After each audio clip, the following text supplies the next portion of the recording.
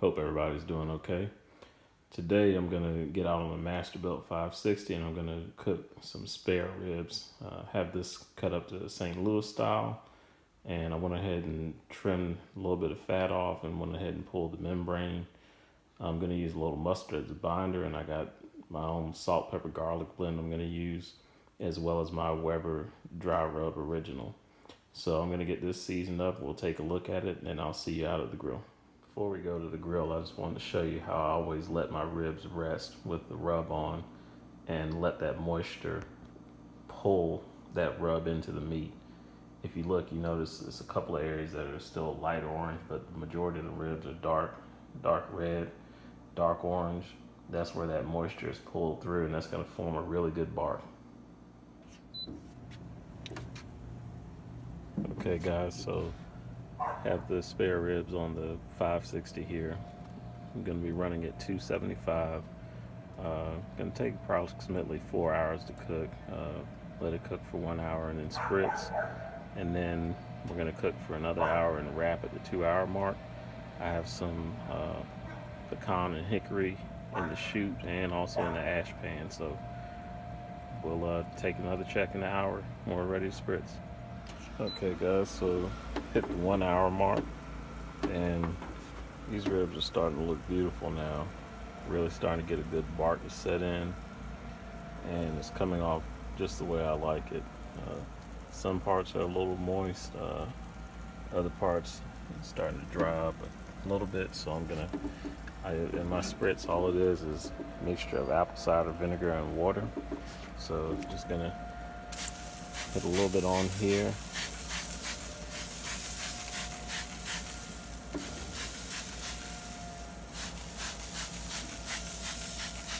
And that'll be it. I'm going to set it for another hour and come back and check here in a little bit.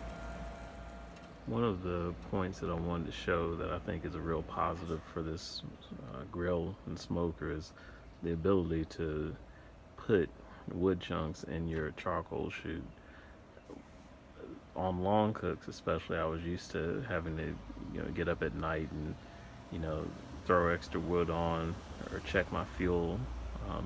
But with this being a gravity smoker, you put some charcoal in, put a couple of chunks of wood in, put more charcoal in, a couple other chunks of wood, and it gives you the ability to really have a set it and forget it mentality when it comes to the wood, so you can sleep and not have to worry about getting up every hour or whatever to check your wood and make sure your wood chunks haven't burned all the way up. And it just keeps fresh wood going throughout your cook. And I'm really satisfied with the smoke ring that I'm getting on the meats that I'm cooking now, and really satisfied with the flavor profile that I'm getting with the different woods now, versus having to check every hour, 2 hours, or whatever the case may be, especially on the longer cooks. This really does, in my opinion, this is one of the biggest benefits of the gravity smoker. And gravity smokers in general, not just this Masterbuilt, is the whole set it and forget it mentality. But just wanted to put my 2 cents in on that. Alright guys, so we're at the end of 2 hours right here. Got a good bark set on there, and see where a little bit of that fat is rendered down now on the right end over there. But I'm going to show you what I do to wrap. We're going to wrap these and put a little mix inside my foil, so I'll show you that here next. Okay guys, so this is what I do for my wrapping process. First off, we take a quick look at the ribs. Got a really good bark set in on there, and even got good bark on the back side, on the bottom side as well.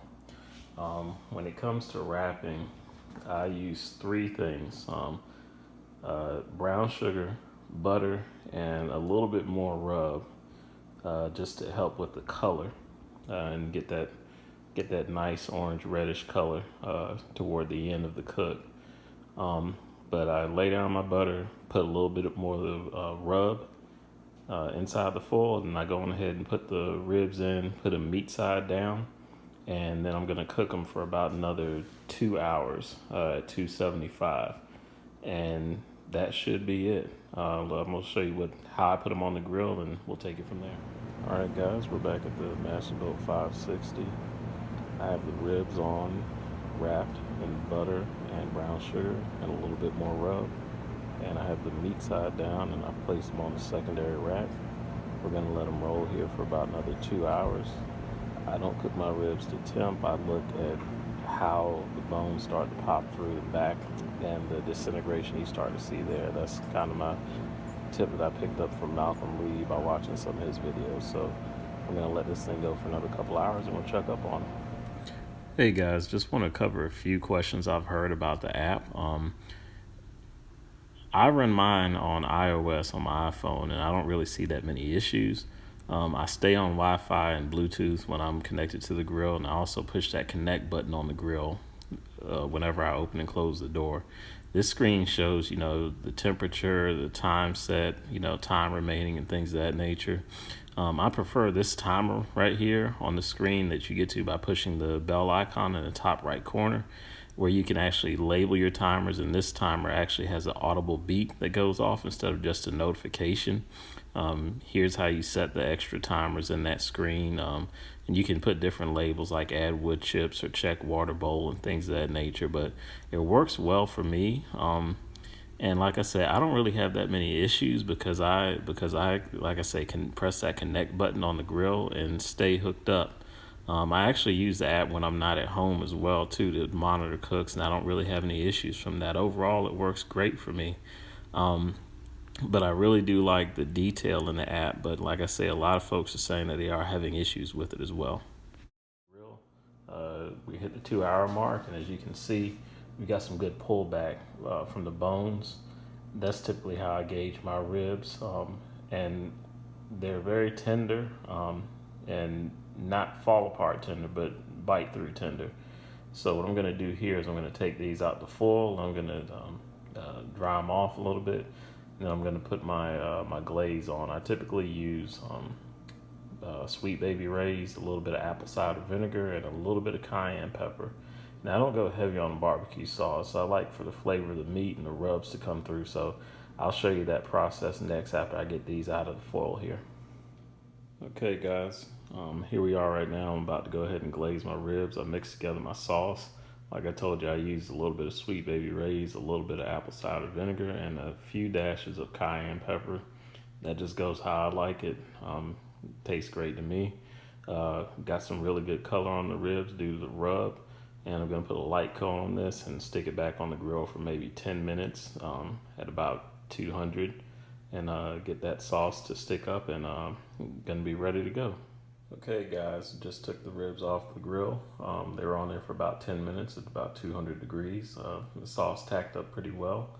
Would cut these, but these are actually for somebody else, but I do have the end portion for myself just to taste, and you can see got a pretty good smoke ring on there. So very happy with that, and very pleased with the way that they turned out. But thank you for watching the video, and take care and keep grilling.